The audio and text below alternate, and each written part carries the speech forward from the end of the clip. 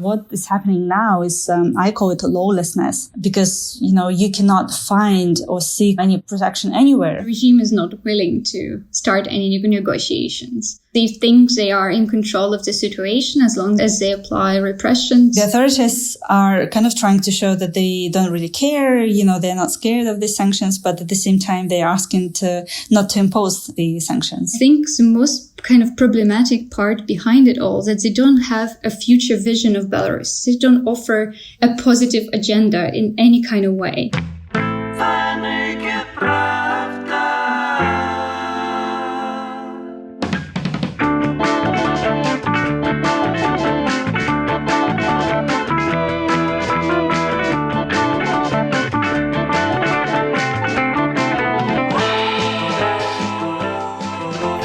Welcome to another episode of The Naked Pravda, Meduza's only English language podcast.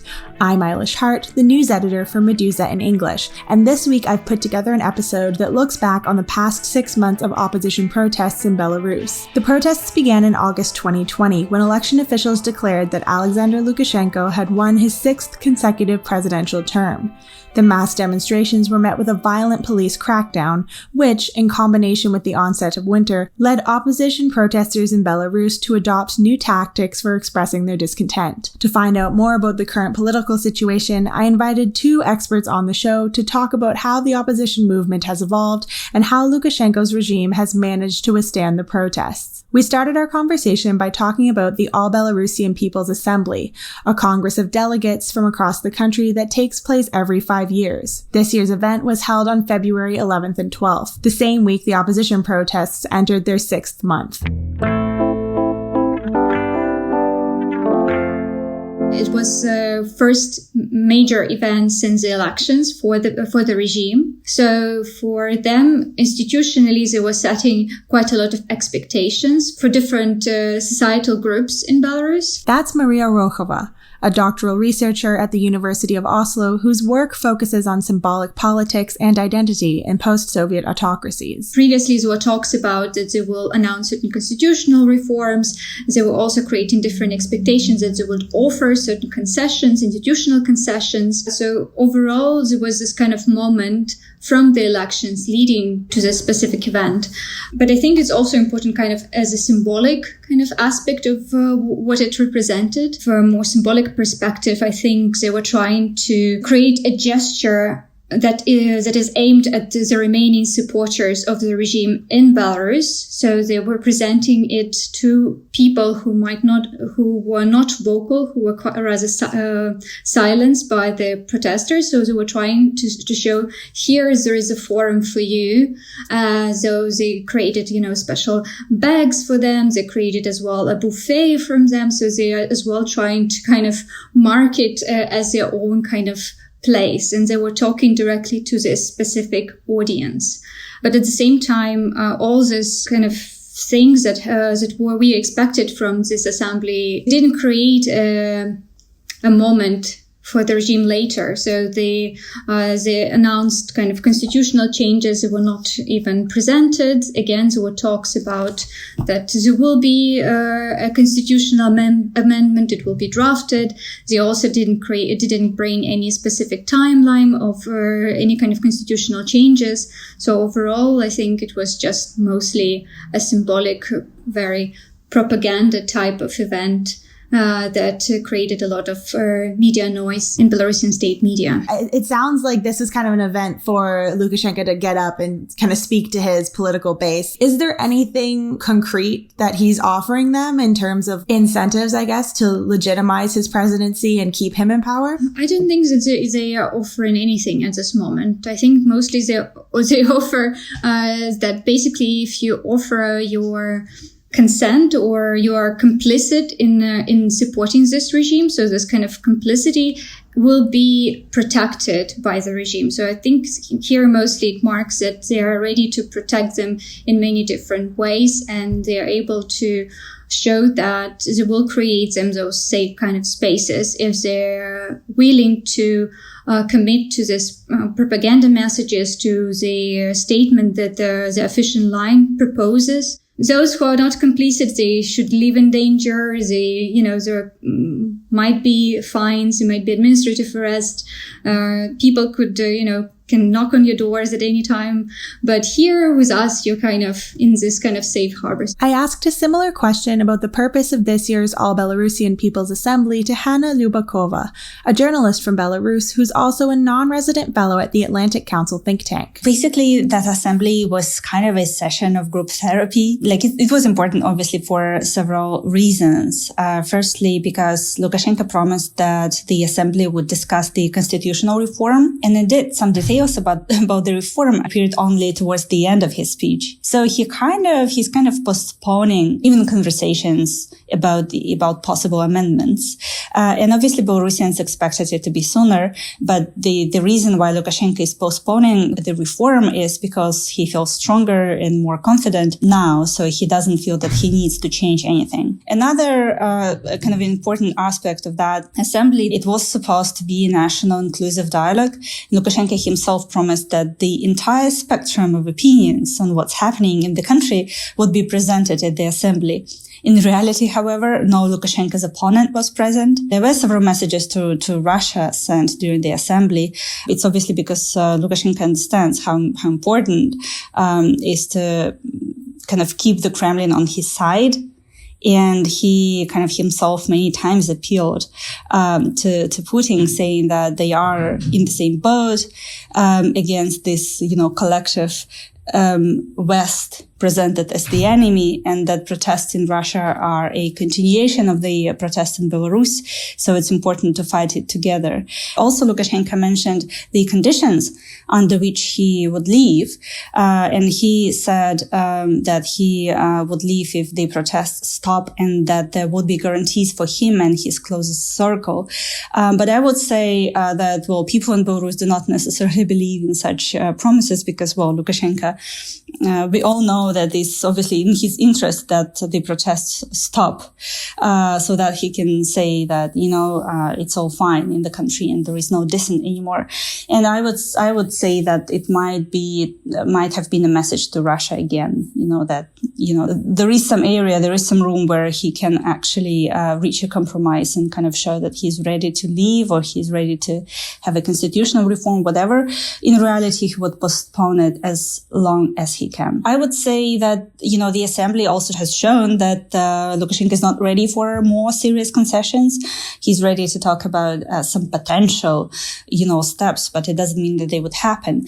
And the less specific steps he says, proposes, offers, the longer it allows him to kind of stay in power. Because if he only talks about possible change, it doesn't mean that this would happen. He can, keep talking about this for years. In general, his closest circle, as much as they are loyal, obviously, to him, and I mean his power vertical officials and security forces, this is not a monolithic system. There are clear divisions between them. Many people defected. Many people left. Also, there are different departments in security forces from, obviously investigators, prosecutors to this OMON, GUBOPIK, all these kind of most hardcore law enforcement security forces departments who really committed crimes. So he generally during the assembly said that they also need to have guarantees. So it is clear that he would defend them as long as he can. And as you know, no criminal case was started that would investigate the deaths of protesters. So it means that Lukashenko is trying to cover, what they did. And when it comes to officials, again, right, there are obviously, those most loyal ones, but they would also see at some point that the crisis has to be solved. There is this cumulative effect, of people maintaining pressure, imposing pressure on Lukashenko, on the authorities, on kind of, again, security forces, power vertical. And this would increase, this would grow, and there would be a moment at some point when they would have to deal with it, not only fighting with those visible reasons of kind of visible signs of the dissent, such as protests, but also fighting with actual reasons for people why they are coming out on the streets. People have been protesting in various forums for the past 6 months. As a journalist, what has it been like covering a protest movement for such a long period of time? Well, it's hard for many reasons. The situation, when it comes to media freedom, the situation in Belarus was never good, was never optimistic. It was always dire. But I think since, even before the elections, actually, not only since August last year, but even before the elections, I would say that a real war against journalism has started. As you know, in May, in June, like months before the elections, bloggers and journalists were already arrested. And then, it just continued. We journalists, when we report on the streets, we are being detained for taking part in a protest, even though we have, all these identification signs, that we are journalists, we are press. So they are clearly targeting us. There is now a trial against those prominent journalists, Belarusian TV journalists, Katerina Andreeva and Daria Shultsova, who just reported, live streamed from an apartment about a rally that was happening on the street, but they were not even there. And they are being accused of organizing, this kind of riots and disrupting public order. And today, on Tuesday, February 16, there is a massive attack on journalists, human rights defenders all across the country. More than 30 people are being searched. Their apartments are being searched. So the authorities are just clearly trying to desert the field. They're trying to ruin any infrastructure, any ecosystem, like anything that is kind of still active, still exists, and still kind of helps people. They searched the office of the Belarusian Association of Journalists, which is one of the most important, professional organization of journalists in Belarus that really helped a lot. Many journalists, including myself. And people journalists, my colleague, are just targeted, obviously, they have been targeted with rubber bullets, with tear gas. They also experienced police violence, and they are kind of targeted intentionally, like someone who is kind of active, who is prominent, well known, might be just detained.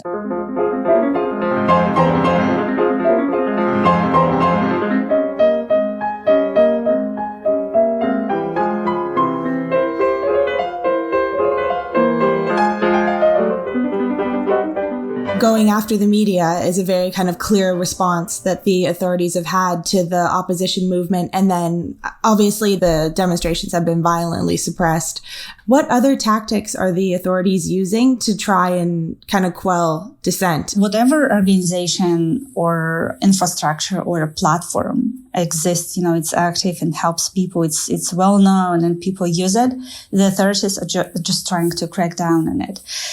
Whatever activity is happening, the authorities are cracking down on it.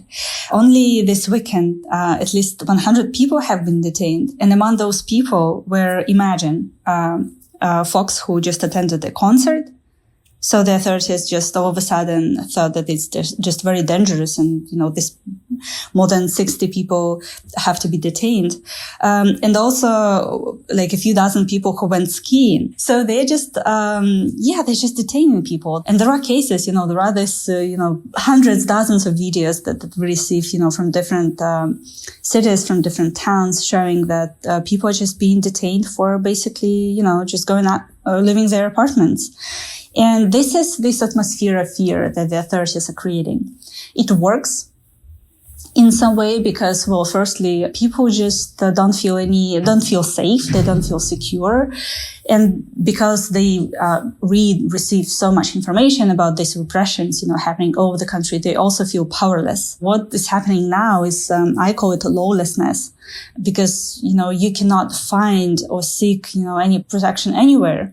The court will not defend you. The police will not defend you. So that's kind of how it's working, and what effect it actually has on people, right? At the same time, it also doesn't work because people just understand like that if they stop, that would be even worse. And there is this, now they're applying these guerrilla methods.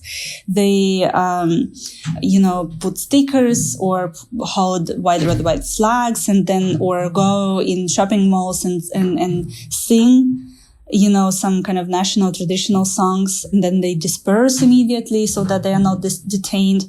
But when it happens in dozens of places, it still imposes a lot of pressure because it just shows that people are not ready to give up. And they, still kind of show their discontent. What's also important, what's happening now is that, all these kind of courts and trials are happening. And it will be, there will be more of those. There are currently more than 250 political prisoners, but there are also almost 2,000 criminal cases, that were launched against peaceful protesters or, just people, activists who took part in rallies. And are we going to end up with more than 2,000 political prisoners? Well, that's a good question. Are these cases from recent arrests, or is it just that the judicial system is just getting to them? Any court, any publicity, firstly, obviously brings people's attention to the case of this person, but also provokes more criticism from abroad, from the West, from Western organizations.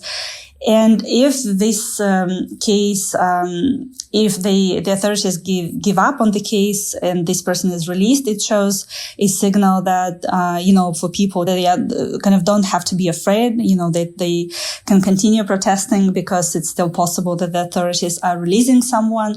If this case is brought to the court and this person is given 8 years in prison or 5 years in prison, whatever, it also kind of forces those international organizations to impose sanctions or whatever pressure they can impose, right? Or just say that they're deeply concerned. But still, they are, again, postponing this process as much as they can. So, that's why not so many political prisoners are being on trial. The authorities are trying to leave some room for themselves. Trading of political prisoners is something that Lukashenko has been doing for years. And there are signs that he is coming back to the same procedure, to the same idea. The more, he's not decisive, the longer he postpones the actual decision, the better for him, obviously. But it doesn't mean that we have to, as the international community, that we have to follow kind of the same logic. I'm just afraid that the West would see some signs of progress because he would release one person or two. This cannot happen because, these are not only political prisoners, these are hostages.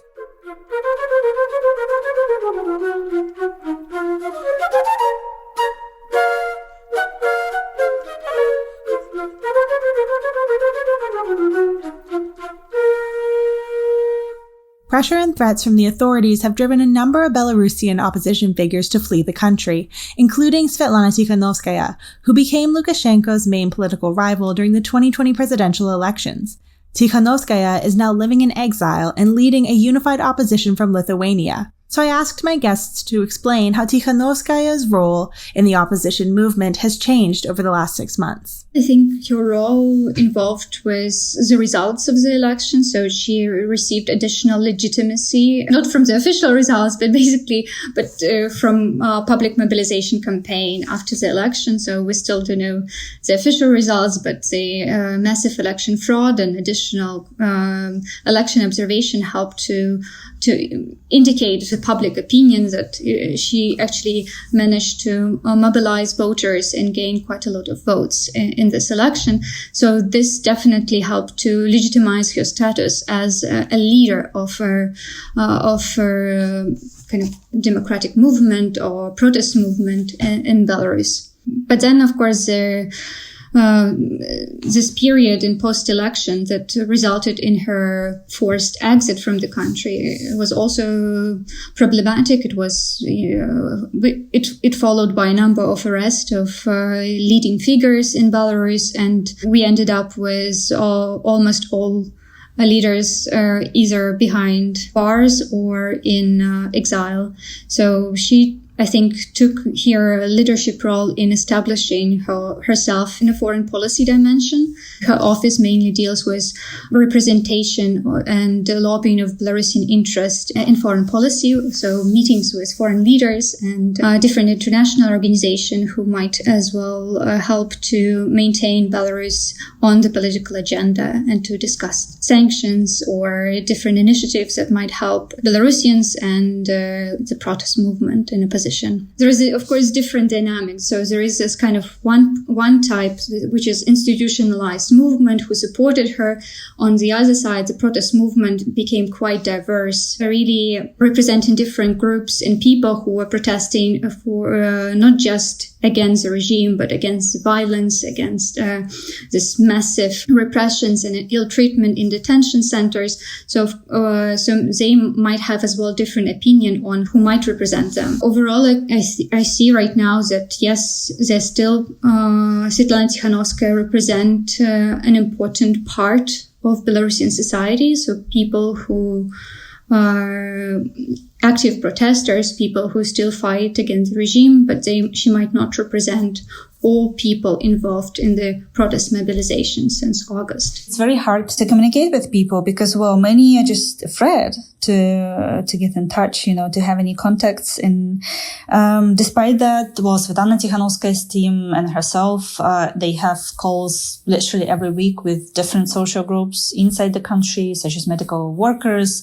students, academics, striking workers, and generally kind of, workers at state-owned enterprises, and so on, like many social groups.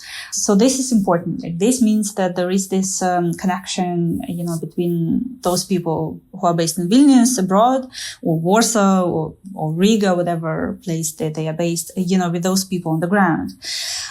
So there is kind of this still some feedback. The work that Svetlana Tikhanovskaya is doing on the international arena is very important. And actually, if we look at those small victories, at those kind of pieces or examples of success that happened throughout these 6 months. This is also very important. There is this huge kind of delegitimization of Lukashenko. He was not accepted as the legitimate leader, and the election results were not accepted. While Svetlana Tikhanovskaya and the Coordination Council were kind of acknowledged as the representatives of the people. Also, when it comes to economic pressure or generally pressure, right, there have been 3 rounds of sanctions and some other kind of decisions that were made. Svetlana Tikhanovskaya's office, the Coordination Council, the National Anti-Crisis Management, they are trying to mobilize this Western kind of reaction, and they're trying to keep Belarus in the agenda. So this is all very important, and this is something that was not done before. I mean, to that extent, at least. So this is actually a success. At the same time, more should be done, obviously, inside the country. But this is, something that they also kind of understand, that they have to work with different, groups of people, not only active protesters, but those people who are undecided and so on. It just takes time. And you cannot do it, everything like at the same time, especially if you're based abroad. The fact that Lukashenko is still in power is very logical. It's very natural. I mean, I did not, honestly, rationally, kind of realistically, I could not expect him to leave his office so soon. And 6 months is not enough, apparently, to destroy the system. But what has been achieved has to be taken into consideration. I know Tikhanovskaya recently said that the international community should be braver and stronger, and she's been calling for more sanctions. Do you think the Western sanctions are an effective tool, or is it something that the Belarusian authorities can ignore? The last round of sanctions, there were so many hopes put into that, those kind of financial sanctions imposed on Lukashenko's oligarchs and state-owned companies. But in reality, this was not enough at all. And many people kind of laughed and mocked, at this round of sanctions, and they did not kind of perceive it as a real support. But even this round of sanctions, the last one, the authorities are kind of trying to show that they don't really care, they're not scared of these sanctions, but at the same time, they're asking not to impose the sanctions. So it's kind of, very funny. Sanctions are not effective, but please, could you lift the sanctions? To be honest, it's a question I always struggle with, because I think sanctions are also this polarized issue among Belarusian experts. So you have people who are absolutely supporting the sanction regime, and there are people in Belarusian expert audience who are lobbying against any kind of sanctions, saying that it doesn't really change domestic politics or has no influence on the political regime in the country. It might lead only to consolidation of the regime if you use sanctions. But for me, I think sanctions might not be this kind of a political instrument that changes the regime, but it's an important signal that indicates that this behavior is not tolerated or will not be tolerated by foreign leaders. And for this, I kind of value sanctions this way, that we indicate there is a certain red line and you're not supposed to cross this red line. What we have observed from this situation with Belarus is that sanctions work, but it has to be a rapid response. This response has to consider political context. It has to address political players that are important for this regime, and they have to be unilateral. All countries have to agree to this, and quite quickly. And in the situation with Belarus, we have not seen that. So we still see this kind of very rigid, very stiff type of policy that is really hard to change in European foreign affairs. At this moment, I think that most of the time, the European Union only responded to the situation. They were not a proactive type of foreign player who might have helped to shape policies toward Belarus. They always react, and it takes quite a lot of lobbying and foreign policy lobbying from the opposition to initiate those sanctions. And this takes time and quite a lot of energy. And the result is not as painful as it should have been. Tikhanovskaya has also been, consistently bringing up the idea that the West should facilitate some kind of dialogue or act as a mediator between the opposition and the authorities in Belarus. Is this something that is on the table, or do you think sanctions are eliminating that possibility? The latest kind of People's Assembly has shown that they are not really open and ready to have negotiations or to have dialogue. But this is something that obviously can be and has to be achieved. This can be achieved, again, through pressure, which we've just discussed, through sanctions or economic pressure or any political pressure. And eventually this will lead to dialogue and negotiations, because this status quo cannot be maintained. The status quo is too expensive for the regime. They have to invest so much money into security forces or into, kind of not doing any reforms. So there has to be a moment when this dialogue will happen. The problem I see now is that there is no political will from the West, and no country region is capable of taking responsibility and introducing a unified, strong position towards the solution of the Belarusian crisis. And the time is ticking. Every day is dangerous for Belarusians. Throughout the weekend, more than, 100 people were detained, and just people kind of ignore this. I think what eliminates this possibility is the regime is not willing to start any negotiations. I think they are in control of the situation as long as they apply repressions. And I think they consider that Tikhanovskaya has no leverage on domestic situations. So there is no political body inside Belarus which could represent a united opposition.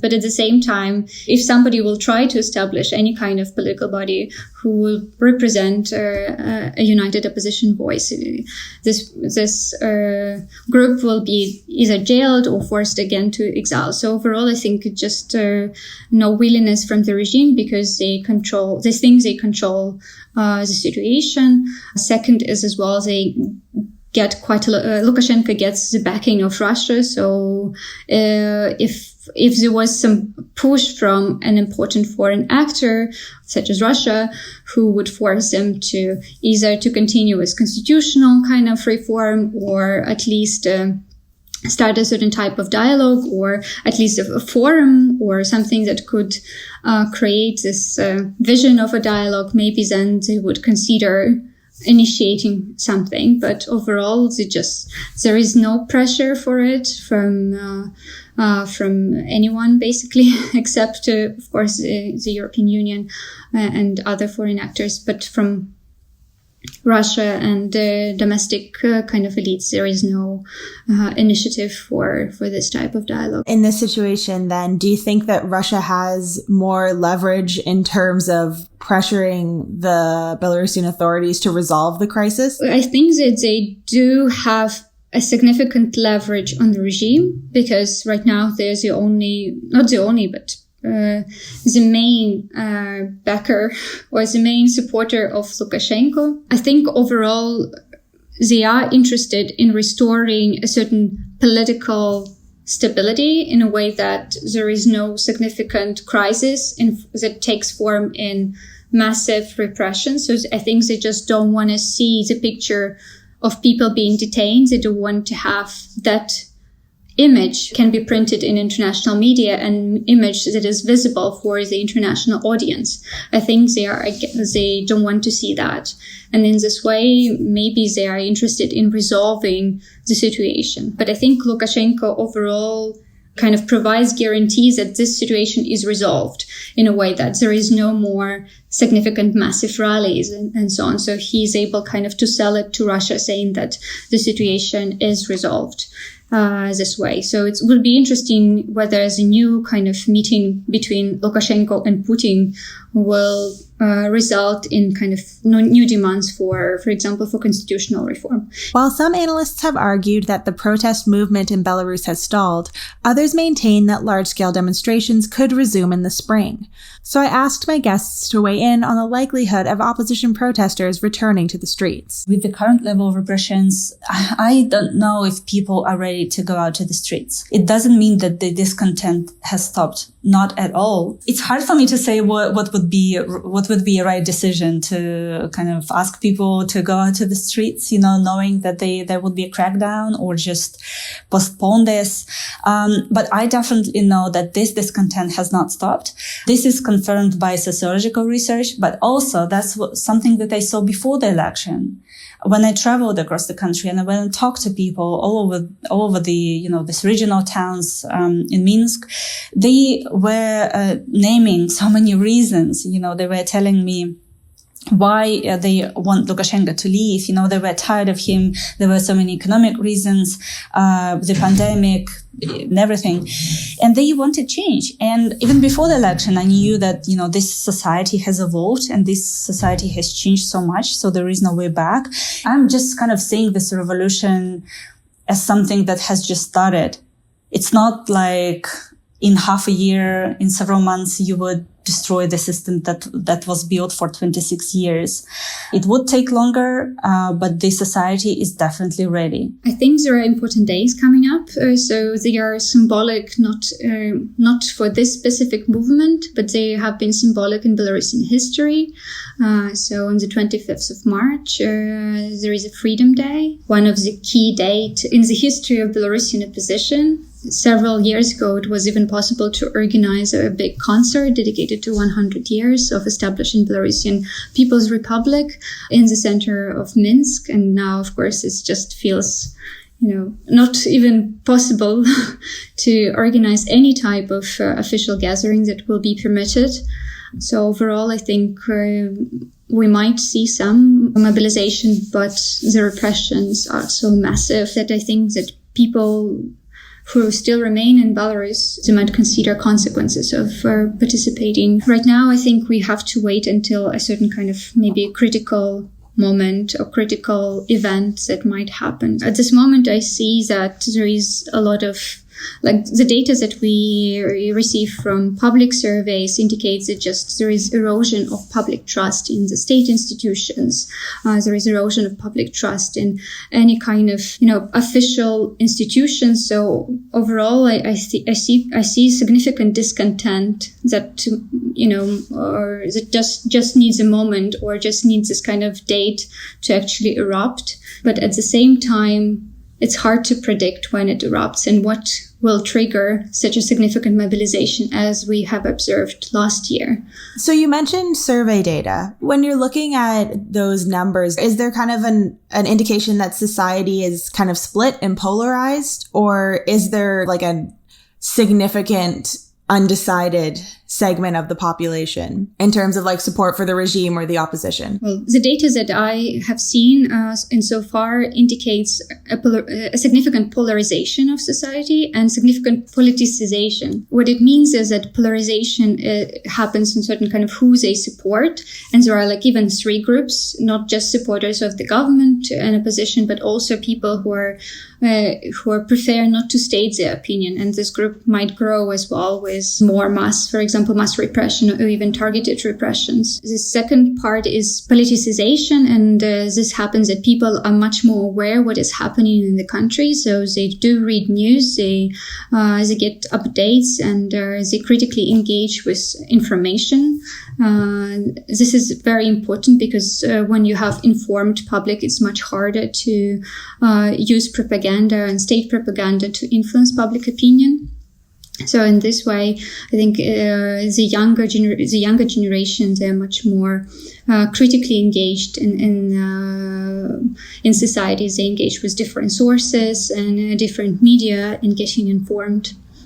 Overall, this data indicates that, right now we have significant, this kind of three divisions. So there is like around 20 to 30% supporting the current government and 30% supporting the leadership of Tikhanovskaya or the opposition in exile. And another kind of 30% is this kind of undecided, or rather not undecided, but rather silent group. The institutionalized opposition or the authorities, are either of them trying to appeal to this kind of, like you said, undecided or silent segment of the population in any way? It's an interesting question. I think they do by trying to marginalize different oppositional voices. So they use very blunt type of propaganda. Like several days ago, they were trying to put a TV movie with some kind of patriotic lyrics, and then they're trying to portray different people in bad light. So they're trying to marginalize them, but in very blunt and strange manner. I'm not sure how responsive people would be to those messages. But overall, I think it's just they're trying to appeal, maybe, but in their own way. I'm not sure how convincing this messaging is for this particular group. And I think the most kind of problematic part behind it all, that they don't have a future vision of Belarus. They don't offer anything, a positive agenda in any kind of way. So what they do is they criticize, they try to marginalize, they use as well different conspiracy theories. So overall, maybe it worked in some kind of other moment, but in that moment when you need something positive and kind of a futuristic a bit vision, they just don't provide it. And being kind of a citizen and a voter, I don't want to buy into something like this. I think that what they should have developed is as well by bringing a new vision, and just don't have it. Well, for the past years, the Belarusian authorities have stopped communicating with the people, actually.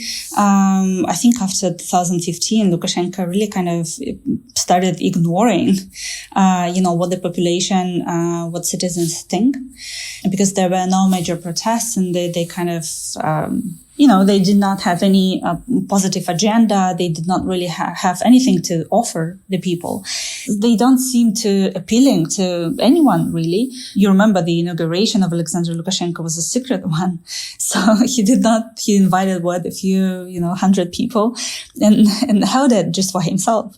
The assembly was also kind of held for himself. There were 2,700 delegates who were just clapping and nodding.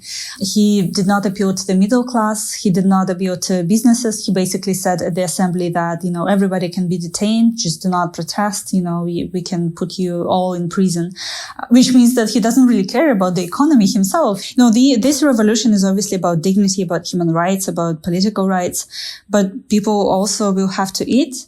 And, the more, economic crisis, continues, the more people would be, dissatisfied and kind of not scared, not afraid to lose, their jobs, whatever. His kind of inability to listen to people and to agree to any,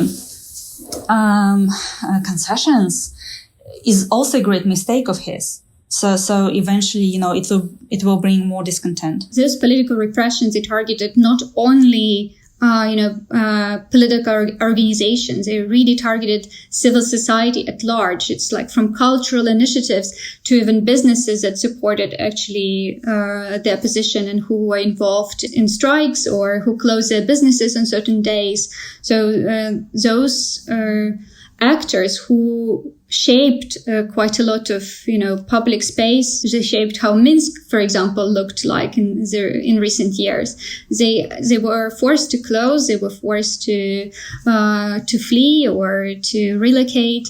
And I think, in this moment, it's important to kind of reflect who will actually replace them, whether the spaces will remain empty, whether the regime will, keep those repressions and those places will have to stay completely closed, and there will be no new initiatives happening because also there will be no funding for different civil society initiative via United Nations or European Union or other international organizations. It will have much larger impact on society than we currently consider. So this political crisis affects not just, political freedoms and civic freedoms, but overall this how the country will develop and what we will see afterward, because those initiatives really changed and shaped how young people, for example, saw their future professions, how they engaged in urban kind of environment, how they consumed and so on. So I think there is a kind of larger impact and there is a larger political crisis happening in the country. This is a moment of reflection as well for the people who might not willing to express their opinion, but this is kind of might shape the entire generation of how they engage in politics. You've been listening to The Naked Pravda, an English language podcast from Meduza, and I hope you'll recommend us to your friends and leave a review on Apple Podcasts or wherever you are tuning in to help put this program in front of more people. Thank you for listening, and come back soon.